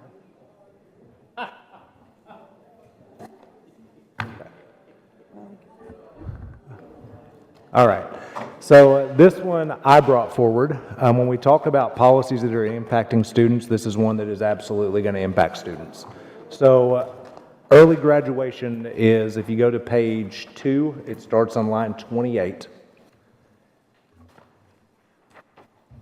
We now have a early graduation for Rutherford County Virtual School. The rest of our students who graduate in December do not walk until May in their traditional graduation. However, we have a problem with how they are still participating in school-sponsored activities. That student has technically graduated in December. We allow them to come back and walk. That is a school-sponsored activity. Where the question comes in, are they allowed to participate in prom? Are they allowed to participate in other extracurricular activities? Technically, they're not no longer a Rutherford County student. So we are looking to try to do something district-wide so all of our schools are the same. There's not going to be a consensus among our high school principals of how to do this. There will not be. Some of our high school principals allow students to bring a guest and they have to go through certain requirements to be able to bring a guest if they're taking someone from prom. Some of our schools say it has to be a current student. And so again, there's not going to be a consensus. This doesn't have to be decided tonight. We can decide on it in January. That'd probably be the latest. But we do have students who are technically no longer our students who are wanting to participate in extracurricular activities. They can no longer participate in sports. Now, if you have a student who is the one we talk about spring sports a lot. So that's the question I get is they are participating in baseball, softball, track, boys soccer. They've graduated in May, the second week of May, but they're competing in the state tournament. They're still finishing their season of what they were included as before they graduated. These students have graduated in December and are no longer our student. It brings about a lot of challenges, whether that is jurisdiction for discipline, if they do something stupid, if they have an event with another one of our students. If it's not illegal, there's very little we can do. There's just some issues there that I'd like for us to consider and discuss. Yes, Ms. Sharp. What does TSSAA say? TSSAA doesn't permit once they've graduated, but this is more, we have it with all of our FCA or all of our CTE programs, and so they all go and continue to compete. The big one for us is prom. Prom's the one that, as a director, scares me, because we have students who are no longer our students, who have graduated, coming back with students who are still our students on our campus. Mr. Bott. Jeff, I got enough lawyer in me. I've been around you guys forever. What is the liability? Do you have, is that something you need to kind of think through, or off the cuff? If you've got a student that's out the door in December and they're back on school property. They're a visitor. I mean, they're a visitor, right? There's, yep. I mean, I don't think so. I mean, that's, I mean, if you graduate, I get it if you want to go ahead, but I'm sorry you missed out. You know, the next thing that will happen, we'll start having a prom, you know. Have a winter prom. A winter prom or a fall prom or something like that. I mean, maybe a couple of homecoming. I don't know. I mean, Mr. Creasy, you're you're principal of one of the largest high schools. I mean, what's your initial?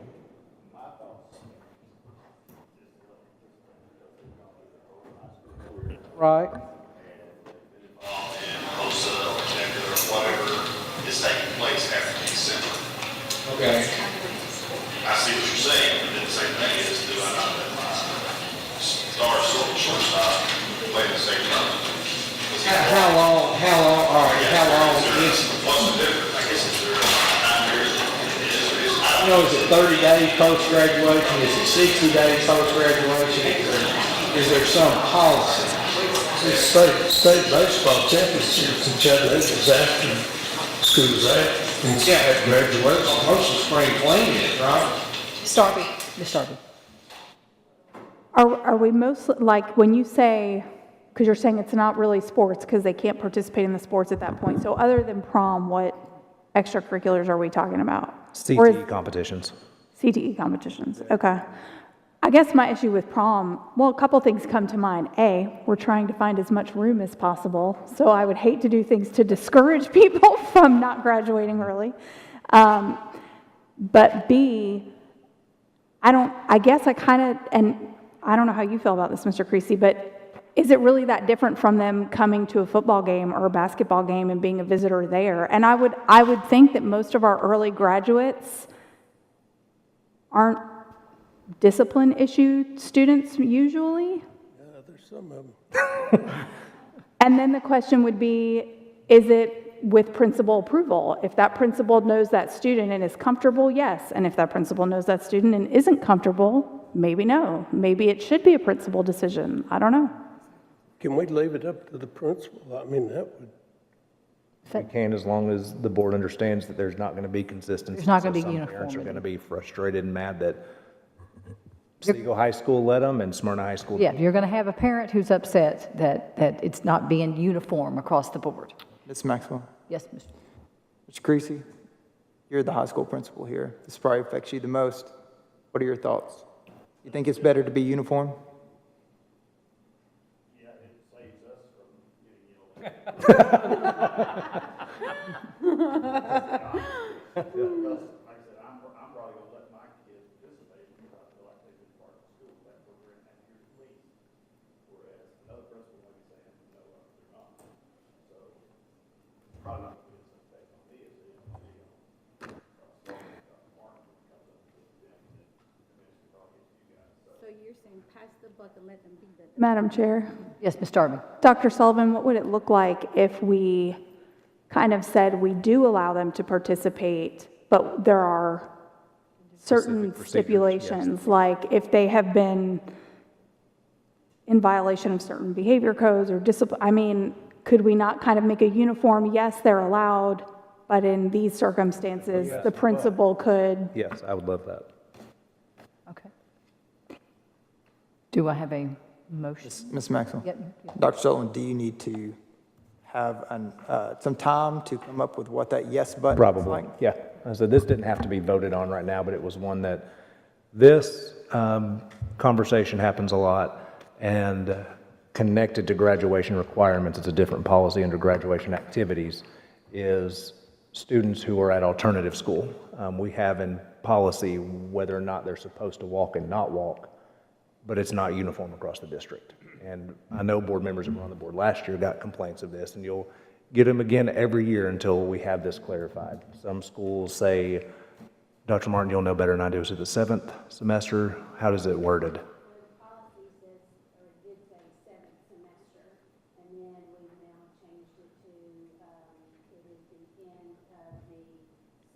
Semester and the third quarter. So really past Christmas, December, and now after the third quarter in the second semester. So it is the,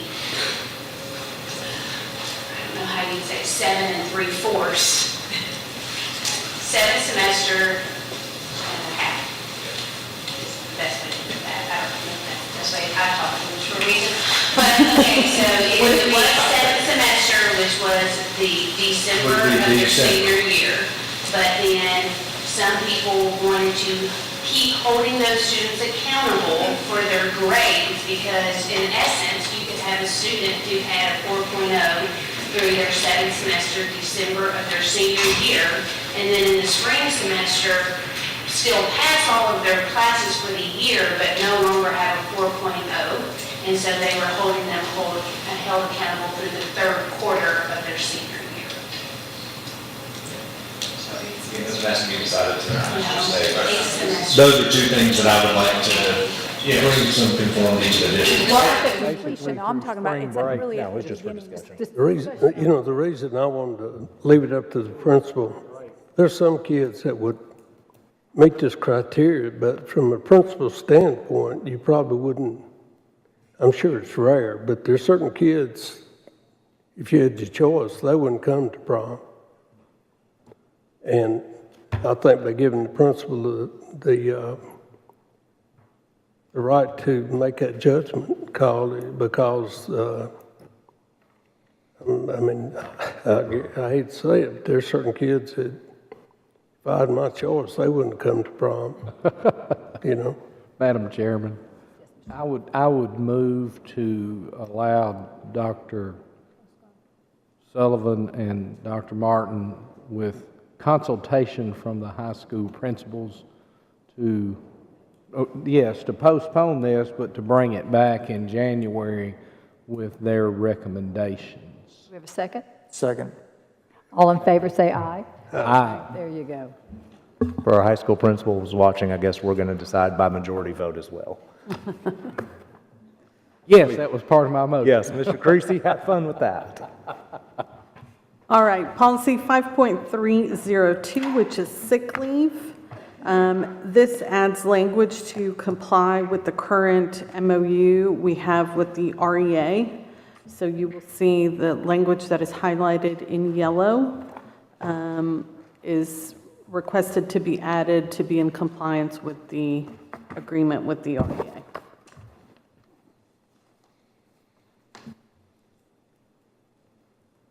I'll make a motion, we approve that.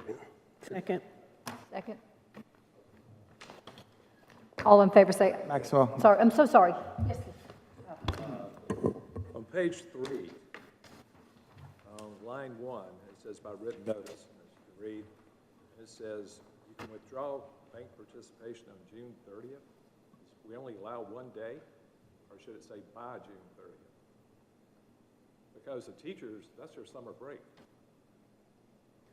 Yeah, but this is for sick bank. It's something that is voluntary that teachers don't have to be in. Exactly. Do they know? Do they get a reminder? Yes, they do. If they're a member of the staff, they do. Yeah, good question. we had a motion and a second. All in favor, say aye. Aye. Any opposed? Motion passes. Thank you. Next policy is 5.308, sabbatical leave. Just like the one before, the highlighted language, is requested to be added to be in compliance with the agreement with the REA, and then there is some other language that is requested to be struck through. Ms. Maxwell? Yes, Mr. Tidd. Is this just a request for, just to have an additional year added to their leave of absence? I mean, I guess I don't understand why we would change it. They could just ask for it again. The current agreement that we have with the REA has 2 years. Is that what you're asking? I'm sorry, I may not have. No, that's, the current agreement has 2 years, right. I guess my question goes back to, you know, when the board voted, which I did not vote for the MOU, but when the board voted for the MOU, I mean, that's a moving contract, right? So there can be changes to made. So this may be updating from that MOU. I'm just curious why they asked for 2 years. Did they give a reason? Because couldn't they just consecutively ask for another year off? If they ask for a sabbatical leave, which is what this is addressing, I'll clarify my question. They ask for a sabbatical leave, and they get 1 year. I think, my recollection, I think a lot of these people that do that are working maybe on their doctorate degree, and maybe it takes that long to complete that program. 1 year is probably not enough. It is to further their education, so that is. Do we know, Ms. Ridley, why the REA changed it to 2 years? Did they have any specifics? I'm assuming it is to what Mr. Vaughn was saying. It is Master's to further. program would take more than a year usually. Correct. I was not involved in the MOU with the REA, so I was not part of those conversations, so I don't know. But my assumption is for furthering. This policy, we're changing ours to mirror what is in the MOU. Correct. Okay. Madam Chair. Yes, Ms. Darby. Mr. Tidwell, I think it's because line 4 going into 5 says, basically, no employee shall be eligible for more than one sabbatical leave every 7 years. So they wouldn't be able to take the year and then go back and take another year. But I also have another question, and I'm sorry if this sounds silly, but what is a professional employee? Because I know when we've always talked about certified and classified, and now there's a line that's calling a professional employee. Does that include It's both? certified. Professional is certified. That's the language that's used in the MOU with the REA. It wouldn't be support staff like janitorial, custodial, or EAs. It would be just teachers. Well, no, because this says certified and classified employees It does. shall be entitled. So I don't understand. If the professional employee is a classified employee, then why is that line being added? Because that's already been addressed.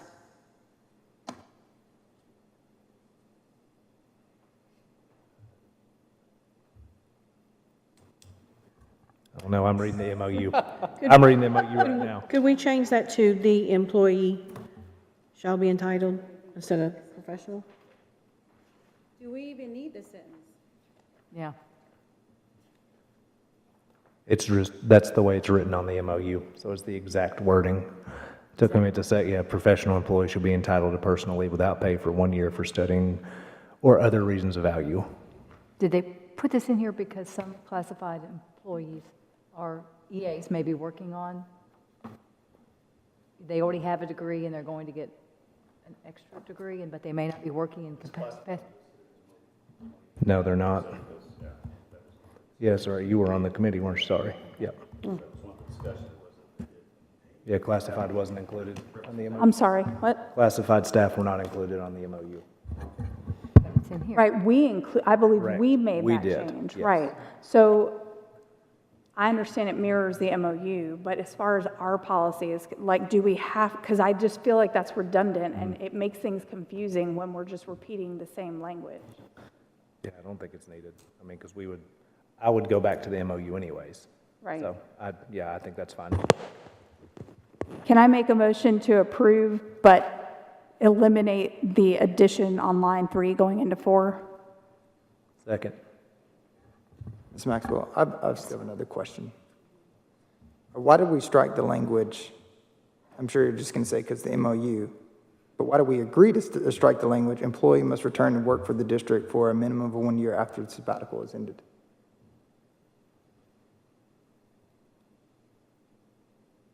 I mean, I'm learning about sabbaticals tonight, so forgive me for my understanding, but I'm guessing a sabbatical, different than just quitting your job, would be that you would be wanting to come back and service in this county that is allowing you to leave with the promise of potentially coming back. So I'm curious why I'm just curious why though both lines were stricken, that one and the educational leave is not automatically granted by the director of schools. I know the second line was removed because they have to meet certain qualifications now. So I think it was Ms. Darby and I worked on that language on the floor that day to make sure it had to be not a hard-to-fill teaching staff. There were multiple things. So in the past one, I haven't seen a sabbatical leave request still. So I'm 2 1/4 of a year in and I haven't seen one. I don't think it's very common. So that would be the reason the second line was struck, is educational leave is not automatically granted, because I wouldn't automatically grant them. They have to meet those qualifications.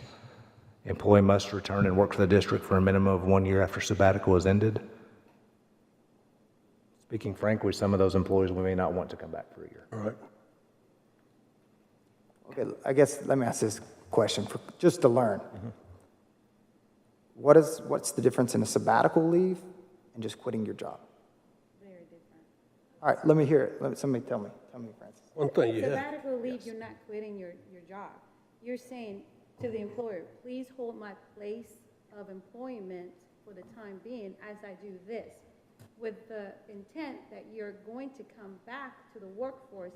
However, it doesn't, I don't know this part. In some cases, they can come back, But they may not be doing the same job, they're just finding an accommodation within the employment of where they can be. When you quit your job, you literally quit your job. You're not coming, if you quit your job, you're gonna have to go back and start the process all over again and reapply. When you take a sabbatical, you do not have to reapply for a job. It's just a it's just holding your place of employment, that's all it is. Yes, Ms. Darby. Two things, Mr. Tidwell. I think this Allows them to pay in full for their insurance if they want to keep the insurance while they're not working, versus if they quit the job, they don't have that option. And Dr. Sullivan,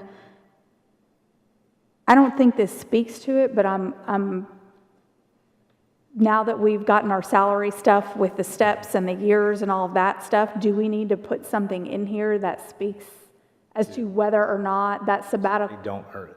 They wouldn't earn a year because they wouldn't from the state of Tennessee. So we mirror what they earn from the state of Tennessee, and they would not earn work credit for that. Okay. So, good question. Very good. they're not drawing a salary. Yeah, but they struck out the language. I'm sorry, Ms. Maxwell? Yes. Sorry, getting recognition here. But they struck out the language, employee must return and work for the district for a minimum of 1 year. So basically, they could take a sabbatical, keep the benefits, enjoy all the benefits of being employed without getting payment here, while then also striking out the language saying they had to come back. And that was kind of the benefit for Rutherford County is, yeah, we can have the sabbatical, keep in the system, everything's good, but we'd love to have you back for that reason. I'm just curious why they did that. Oh, this was part of the MOU? Yes, sir.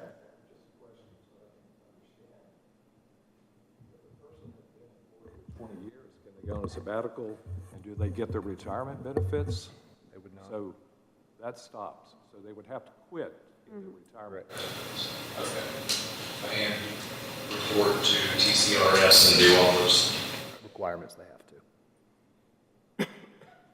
The way it's set up right now would be smarter for them to quit because they can get paid twice for the next year. Oh, wow. So did we, just to be straight, we've been talking about this for a minute, did we decide we were going to strike the yellow, the line 3 that leads into 4 about professional employees who be entitled to personal leave? Okay. So seconded. Okay, and you have a second. So let's go ahead and vote. All in favor say aye. Aye. Any opposed? Opposed. Duly noted. Dr. Sullivan, I'm sorry, Ms. Maxwell. Ms. Rosales. Okay, this language, this is employee must return and work.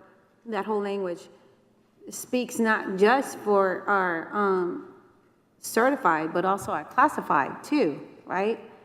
So this was a language that was worked out from the contract, so now it includes everyone, even though it was something that was negotiated with the certified staff. The policy includes everyone, the MOU does not. But this strike is because of what's in the MOU. Yes. So now it includes everybody. It would include everybody because of what the board has in line, the first line, certified and classified. The MOU doesn't refer to classified staff. Right, but we were striking it out, so now everybody, includes everybody. Moving on. Next policy is 5.500, discrimination, harassment of employees. Like the other two, this language is requested to align with the MOU, which is just to add one word, and that is that employees will not be discriminated on the basis of gender. Any comments? Ms. Baxter? Discussion? Yes, sir. Seeking to understand, is there any reason why we left out age discrimination? Good point. When the county recognizes it? Those are still in the law. We still can't discriminate based on gender or age. I mean, it's in the law. It's just, no. Probably need to add it. And then the second point, when we give discrimination, harassment is defined, we did not include gender, even though we included it at the beginning. I don't know if it's necessary.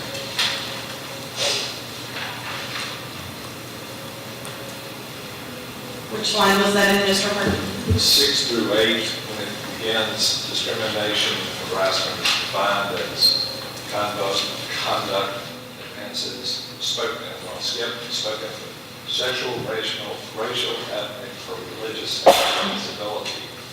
Where we have it in the first sentence, we included gender, but it's not included as a definition. It's including as part of the definition. Got it. Thank you. And then I go back, I'm concerned age, I don't understand why it's not a policy. I'll make a motion to put age in there. I think it needs to be. Madam Chair. Yes, Ms. Darby. Ms. Ridley, Yes. do we need to look at the way the state law is worded and maybe just mirror the language there? Yes, we can. Well, she said it includes age as well. That's why I'm saying, so it doesn't seem like our verbiage is matching. I can't remember if it's state or federal, but one of those, I mean, prevents discrimination of a bunch of protected categories. Or maybe we can even just institute, employees shall be provided an environment free from those described in TCA, or if it's federal law, and put the law number in there. It doesn't matter to me. I just don't want to add these two things and then come back later and find out we missed something else. Madam Chairman? Yes, Mr. Vaught. Just as a point of observation, the Federal Fair Housing Act also includes familial status. So, I mean, that's something we've been trained on for years. And I'm just wondering, I'm just throwing that out there for discussion. I don't know. If you're trying to cover all your bases right here, cover them all. I'm like, Mr. Hardman, let's cover them all. I'm just throwing that out there. Would you like to withdraw your motion and make another motion to mirror ours with what the state, or include the state statute? Yes. I think that's the best way, don't you, Mr. Reed? Okay. I think the motion was to, revise this language to mirror. State law, federal law. Yes. Do we have a second to that? That's what I got a question. Yes, Mr. Chair. When it talks about, when we're adding in the word gender, what's the difference in sexual and gender? Sexual orientation. Sexual orientation. Wouldn't that be gender as well? Two separate things. We grew up with that, but not in this state. Is that a good understanding, what Mr. Ball has mentioned? I'm sorry, I didn't hear it. I was writing my notes. I'm sorry. I'm trying to be delicate. Yeah. I would like to know the difference between the term sexual and gender. Would that not address the same thing? I'd have to look that up for you, Mr. Tidwell. I don't know that off the top of my head.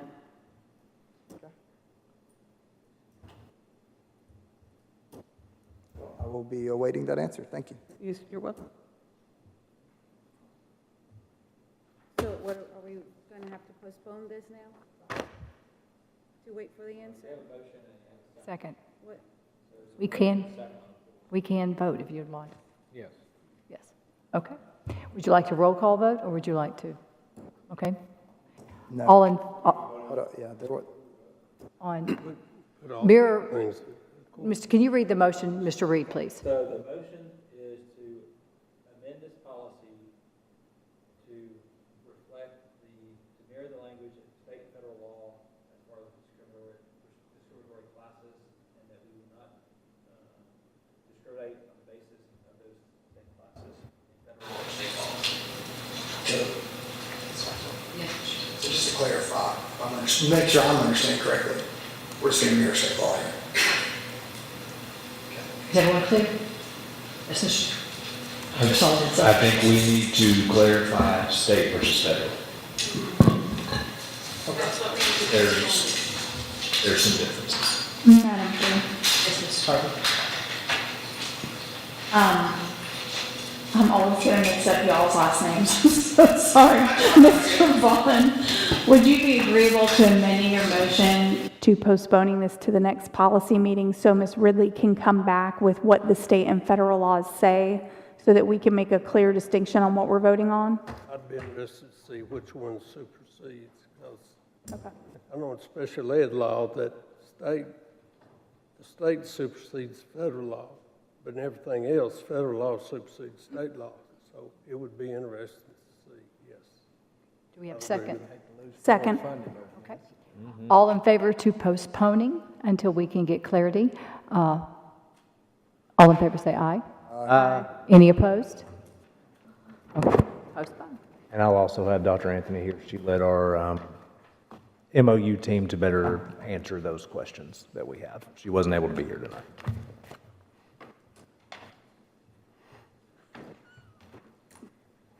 Next policy is 6.313, spectators.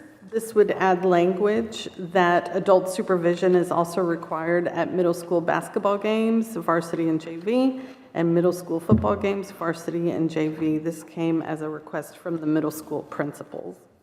Dr. Sullivan, haven't we already been doing this? We did. What we did not have was middle school, just as high school principals have a problem with middle school kids coming to their games. We addressed that. We did not address the vice versa of high school kids leaving the middle school and now wanting to come back without adult supervision. And so this covers both. Okay. Any other comments or questions? Yes, Mr. Vaught, you look like. No, I was on going the to tip move. of your tongue. I was going to move for approval. Oh, okay. Yeah, Ms. Darby. if you have- Dr. Sullivan, I think I'm a little confused because this doesn't address high school age kids having supervision. It adds the middle school games for the middle schoolers to have supervision, but it doesn't say anything about it says middle school age or younger. I got ahead of myself. That'll come to the next one. Okay. Yep. We had a principals meeting before fall break and we discussed that, but it was after policy had been done. So that'll come next time. So here's a question, and I'm just asking it because I don't know. do we not just want to say at middle and high school sporting events? Or are we specific, because I mean, we have volleyball and we have golf and we have soccer and we have, We did that at first. okay, And then we had students who couldn't stay after school for their own, to watch their own friends. And so we have middle school specifically was the one that addressed it. Volleyball, soccer, those sports that were right after school, they couldn't stay right after school unless their parent came, even though they technically never left. And so we allowed them to stay. that makes sense. The middle school principals brought up, this policy was great, we asked for it, but you kept our own kids from attending our own games. Okay, So, that makes sense, yeah. thank you. So, Mr. Vaught, you had a motion Yes. to approve? Yes.